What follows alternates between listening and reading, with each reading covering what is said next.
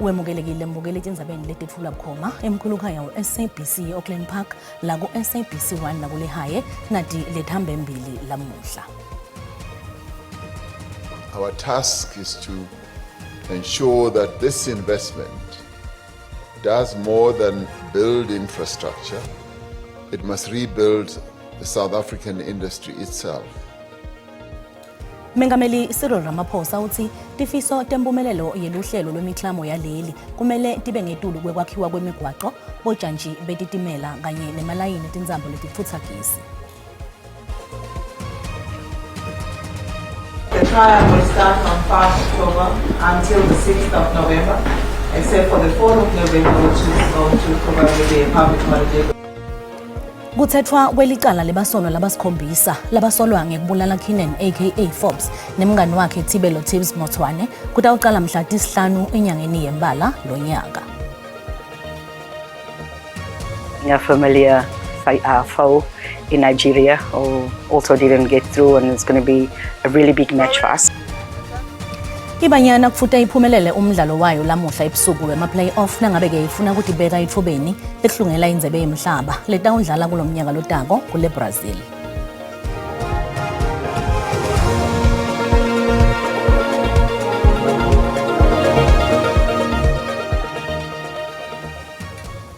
Mengameli Cyril Ramaphosa uthi tifiso tempumelelo yeluhlelo lwemiklamo yaleli kumele tibe ngetulu kwakhiwa kwemigwaqo bojantshi betitimela kanye nemalayini etindzambo letitfutsa gesi. Kumele ke lolu hlelo lukhutsate inshisekelo yokukhulisa timboni luphindze lwanzise ematfuba emisebenzi.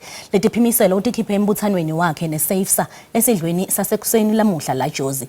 Mengameli uthi leli lisesigabeni sekutshalwa kwetimali kutakhiwo ncanti sekuhlelwa kabusha kwemnotfo lokunetinhlelo ke tekuchitha imali lelinganiselwa ku 1 trillion randi ekwanziseni kwabiwa kwagesi ngemakhilomitha langu 14,000. Mengameli Ramaphosa uthi sinyathelo lesilandzelako ekuphakelweni kwagesi kuleli kumele sihlelelwe kunciphisa intsengo yagesi nemandla akhe waphindze weluleka ngekuthi lokubita kwakhe kucindzetela abakhiqidi. And engineering industries, few reforms are more important than those underway in electricity. Working together, we have succeeded in bringing load shedding to an end. There is still load reduction that's still stuck, particularly in many parts of our country because of illegal connections. But in the main, load shedding has gone. This is a major achievement. But reliability alone is not enough. Electricity must also be affordable. Mengameli Ramaphosa uthi yonke imiklamo yetakhiwo ncanti lesungulwa kuleli kumele idlale indzima lephathekayo ekuthuthukiseni tekukhicita, tekutsengiselana, tekuthuthukisa emakhono nasekusekeleni emabhizinisi ebantfu belibala lelinsundvu. Our task is to ensure that this investment does more than build infrastructure. It must rebuild the South African industry itself. Mengameli ubese ulilela leZimbabwe kulandzela inhlekelele yemkhunjana eleKariba lebulelela abangama-44.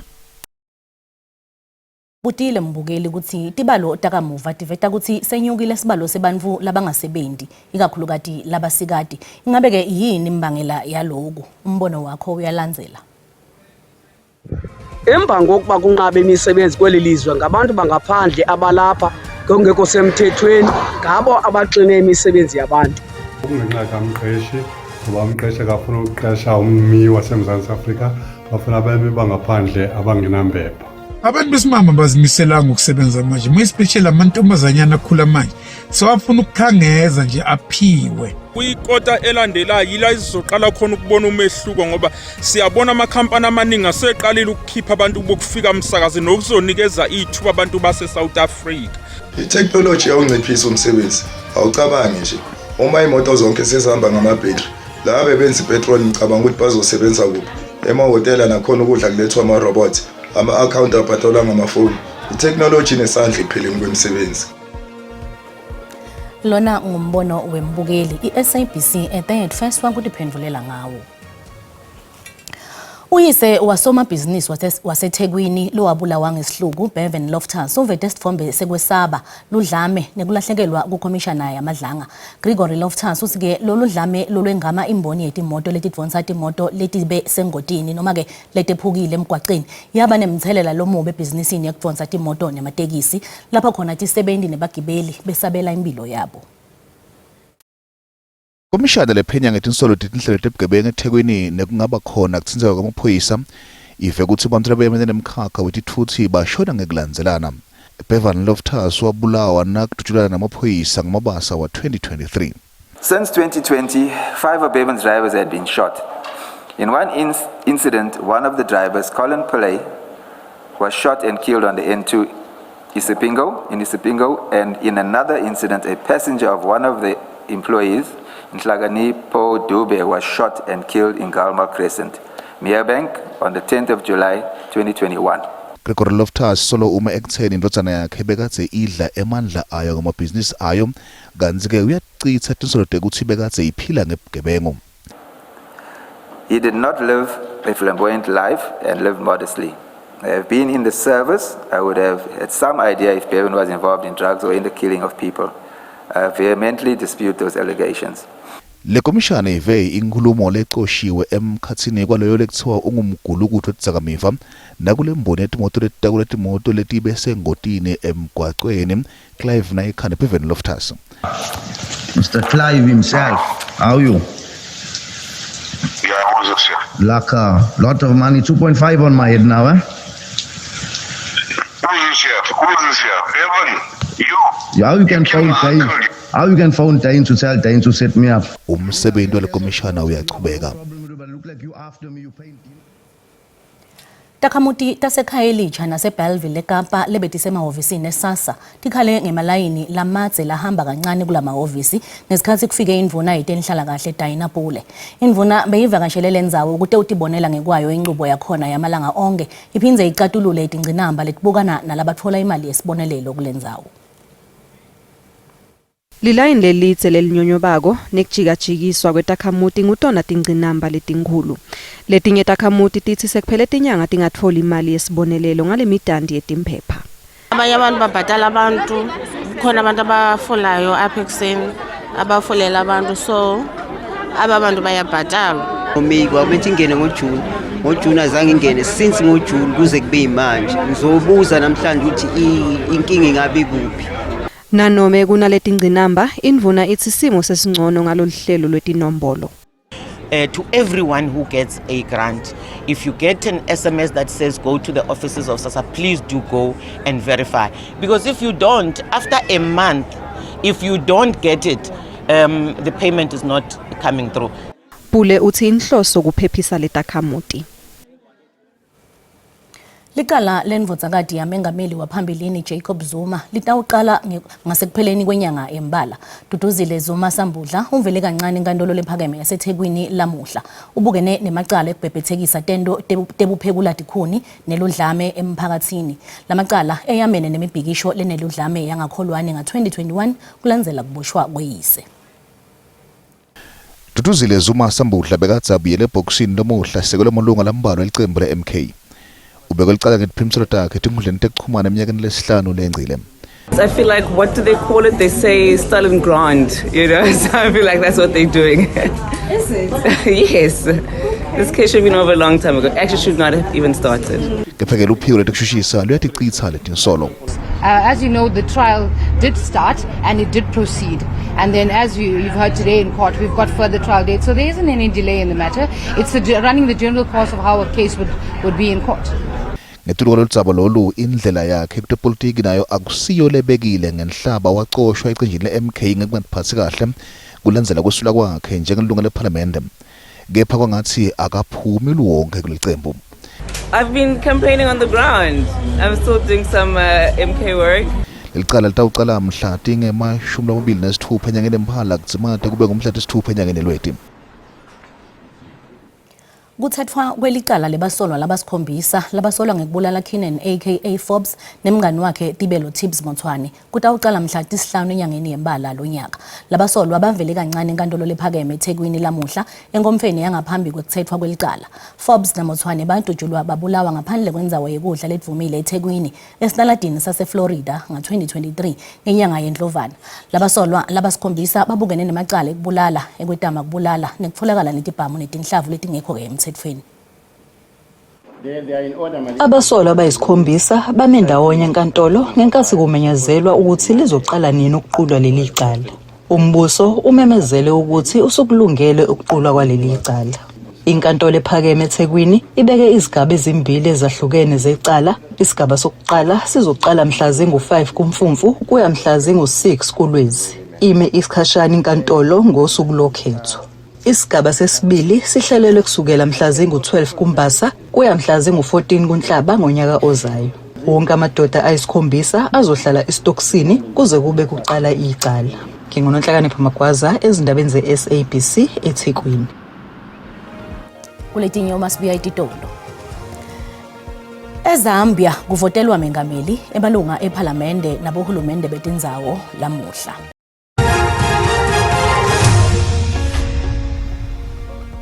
Wemukelekile mbukele esigabeni sesibili setindzaba mawucedza ngena ukhethe kahle hlala nathi tisekhona.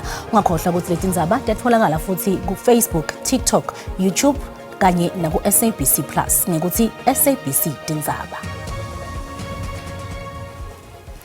Imango lesemaphandleni ivama kungafinyeleli emahhovisini lekumele ayiphakele ngetidzingo ncandi. Kepha-ke lamuhla hulumende umikisele wasekhumbula eMpumalanga letidzingo dvude. Linyendi letakhamuti letila nguleta letfuna kuthatha bomatisi belikhadi. Umango lo wenganywe Busweti awutfoli tidzingo ncandi ngendlela lefanele futhi awukwati kufinyelela emahhovisini ahulumende. Lapha-ke Charity Sifundza inzanzane lengenayo matisa kanti kumthatha lihora kufinyelela esikolweni. Ngicela ukuthi bangiside ngikhona kenda i-ID lana maybe ngingakhona nami ukuthi and ngize ngigula nalinyawo lana ngakhona kucela nami ukuthi bangiphinze bangiside futhi ngikhona kuya kadokotela because nelinyawo linokungihlupha nasesikoleni. Balethelwe bomahamba nendlwana bemahhovisi embuso batekwati ukutfola tidzingo ncandi etiko letasekhaya, tenhlala kahle, tempilo, temfundvo kanye naletinye. Itela ito sita mphakathi wala ensikazi kushintsha i-green book a converted to a card. Lesinema ID la green siwatshintshela for lama smart card then kutosita ukuthi sisave ngoba lokuya kotshintsha eWhite River noma eNasport kusekutheni. Laba semagunyeni bathi lolu hlelo lwekusonzeta hulumende kutakhamuti bakhone kufinyelela tikwetinsita letfaka phakathi bo-home affairs, tinsita letfaka phakathi bo-agriculture kuze ukuthi bakhone kwenda umsebenzi thutane bangahambi emabanga lamatse. Kanti-ke kunelithemba lekuthi letidzingo ncandi titawuvulela takhamuti ematfuba. EZambia kuvotelwa mengameli emalunga ePhalamende nabohulumende betindzawo lamuhla. Nanobe-ke kuthiwa uyandlondlobala umnotfo, inzengo yempilo solo-ke iyabida, kanti lokho kuyabakhatsata bavoti. Emacembu laphikisako ethemba ukuthi lesimo semnotfo sitawusita ukuthi aphumelele kuletheni lushintsho. Kutse kuhluthwa kusa babese bambe emalayini ekuvota kule Zambia. Kanzi elusaka bafuna lukhetho lolungenatihibele. We've come to vote. We've been waiting for this day and it has come. Mengameli Hakainde Hichilema ufuna impinza yekwengamela lelive. Ukhankasa ngale kufula umnotfo. Bavoti bafuna imiphumela kunetinkhulumo. The cost of living is a major factor. Among the elite, the issue of governance is also a factor. Brian Mundubile lo yimbangi lenkulu ya Hichilema usebenzisa lokufadalala kwemnotho njengeliphuzu lekuphumelela lolukhetho. The country has been run down. The agriculture sector has been run down. The mining sector has been run down. The energy sector has been run down. All because President Hakainde Hichilema did not pay attention to the critical voices. Bahlati bathi kungabambisani kulabaphikisa ukubenda babendekendeke. Mengameli Hichilema uthi uvumelene kwakhe ukuthi kusengakafiki kubantu lokwetama kufula umnotfo. We have done many things, yes, but there's a lot of more work to be done. Are we together? Yes. Life is still challenging. Life is still challenging for a lot of our people. Kuvota ke kutawuvalwa uma kubumbana insimbi yesithupha bese kuthi imiphumela kulindeleke ukuthi ikhishwe ngeMsombuluko.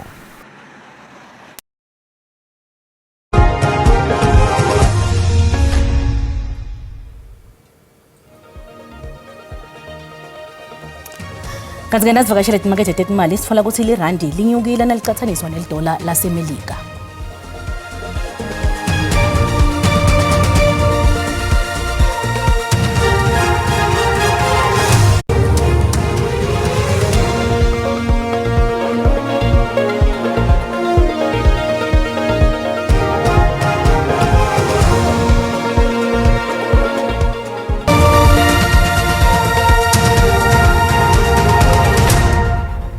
Kutemidlalo iManyana kufunde iphumelele umdlalo wayo lamuhla ebusuku wema-playoff langabe ke ifuna ukuthi beka ithubeni lekuhlungela indzebe yemhlaba letawudlala kulomnyaka lotako kule Brazil.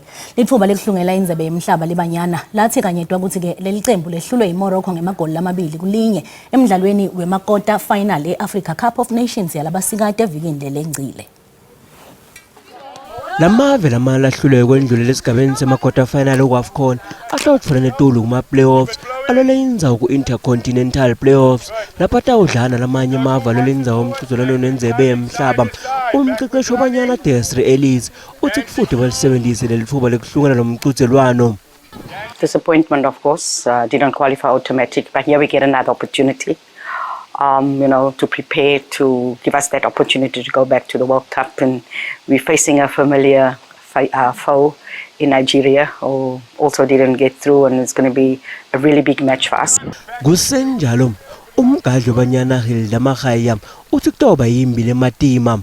I think we are lucky. We are lucky that we got another chance to fulfill our goal, of which is qualifying for the World Cup. But it's not going to be an easy match. It's going to be physical. There's just going to be a lot going on as we know each other with Nigeria. So it's not going to be an easy one. They're going to come in hard as much as we're going to go in hard.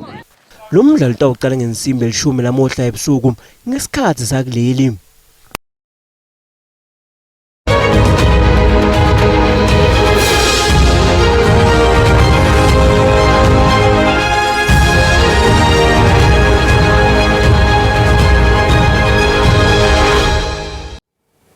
Satiqinisiwe tekuphepha eThekwini njengoba kulungiselelwa ingcungcuthela yelihlandla le-46 yeSADC e-ICC. Tinvuna kanye netikhulu betisolwa ngetihlangana tiqubungula tihloko letiphatselene netekusebenzisana kulesigodzi tetakhiwo ncandi tekuthula nekuphepha kanye ke netekuphuma nekungena kulamave. Lemihlangano yendvulela ke lomkhulu lotawubanjwa ngeMsombuluko. Singathe ingqophomlando embuthano lelinzeleke ukuthi uhanjelwe baholi bemavele bangaba 10. Kunengelo kutawutsengitwa kusuka kuqinisa kusebenzisana kulesigodzi nekuthuthukiswa kwetakhiwo ncandi kuyofika nasekusombuleni tinkinga lihlasele lesigodzi netinkinga tekuvikeleka. Firstly, is to ensure that Madagascar, within the 24 months that they have committed, goes to their democratic elections. Democracy is important. The democratic project must not recede. It must at least show stability. iSADC ithi inqumo kufanele kube ngilethe tawuhlomlisa abantu bawo onke lamavele 16 lesigodzi. The Ministers' Council, which is a meeting of foreign ministers of SADC, met to receive a report from senior officials. And that report covered more than 70 critical decisions in various sectors. Well, the issue of migration is not only an issue for the region or for Africa. It's an issue, increasingly an important issue for any developmental practitioner. Tiphumota lomhlangano labaholi tibuke ngalobovu njengoba lesigodzi sibukene notingcinamba.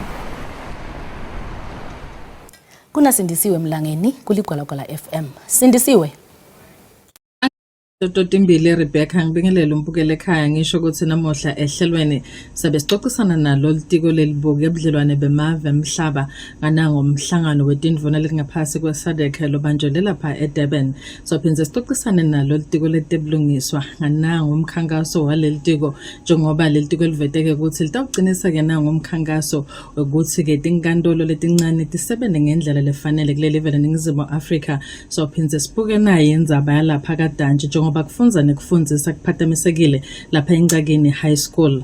Angithathe tindzaba ngitibuyisele eGoleni. Sibonga kakhulu kusindisiwe ndikuqala pho ke lamuhla asiphinze isihlangane kusasa letelama lethi tingensimbi yesikhombisa ngesixhosa ngophuthelwa simo selitulu nento zakhe Mathebula ngemva kwetitolo Nzambama akube nguLemhle Ngwane.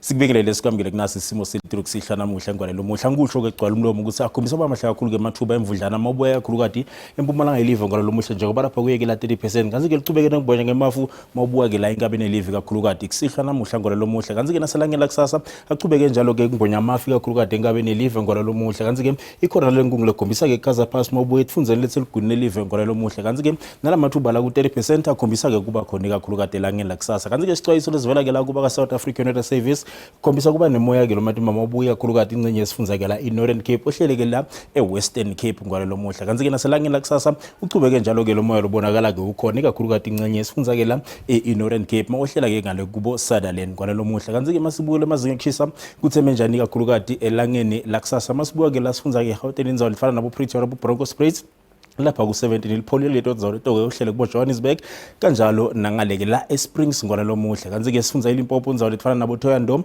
lapha ku20 wehlele eGiyani Phalaborwa lapha ku21 kanzi ke Mabuka indzawo lefana nabo Makopane likhombisa ke la kuphola ngaye ke la 19 kanzi ke sifunza iMpumalanga the place of the rising sun Mabuka ke la Sikhukhuza lipholile nga21 wehlele ke eMbombela nga18 eCarolina nangale kubo Emelo ngwana lo muhla ke abe kubanza ke ekseni kepha ke la liphole ngesikhathi ke la Tayere Nzambama kanzi ke iKwaZulu Natal Mabuka indzawo lefana nabo Vryheid lapha ku18 kuyobe kubanza ekseni leto indzawo leto kanjalo nakubo Kokstad bomNambithi litye indzawo letibanza ekseni kepha ke yabe lipholile ke la ikakhulu kati ngesikhathi ke Nzambama ngalo lo muhla kanzi ke iEastern Cape malitswayi kuyabanza ekseni lipholile Nzambama eKomani kanzi ke iqonqe ngalo lo muhla lapha kuye ke la 25 kanzi ke sifunza iWestern Cape eFredendal lapha ku22 Beaufort West lapha ku26 lifuthumela kanjalo naseGeorge kanzi ke Cape Town lapha kuyeke la 16 lo ukuthi lipholile leto indzawo leto kanzi ke iNorthern Cape Mabuka indzawo lefana nabo Sutherland lapha ku19 26 Upington ngalo lo muhle eKuruman lapha kuyeke la 20 kepha ke Mabuka ngale boKimberley lapha kuyeke la 26 kanzi ke sifunza iFree State indzawo lefana nabo Bothaville lapha ku18 17 eVelkom naseKroonstad kanzi ke Mabuka indzawo lefana nabo Ficksburg lapha kuyeke la 16 kanzi ke la sifunza ke iNorthwest ngalo lo muhle Mabuka indzawo lefana nabo Tosca Vryburg nangale ke la kuBotaung khombisa ke la kuphola kuleto indzawo loteke ngalo lo muhle kungako bengikuphathele kona busuka bube ngilobuhle malangeni.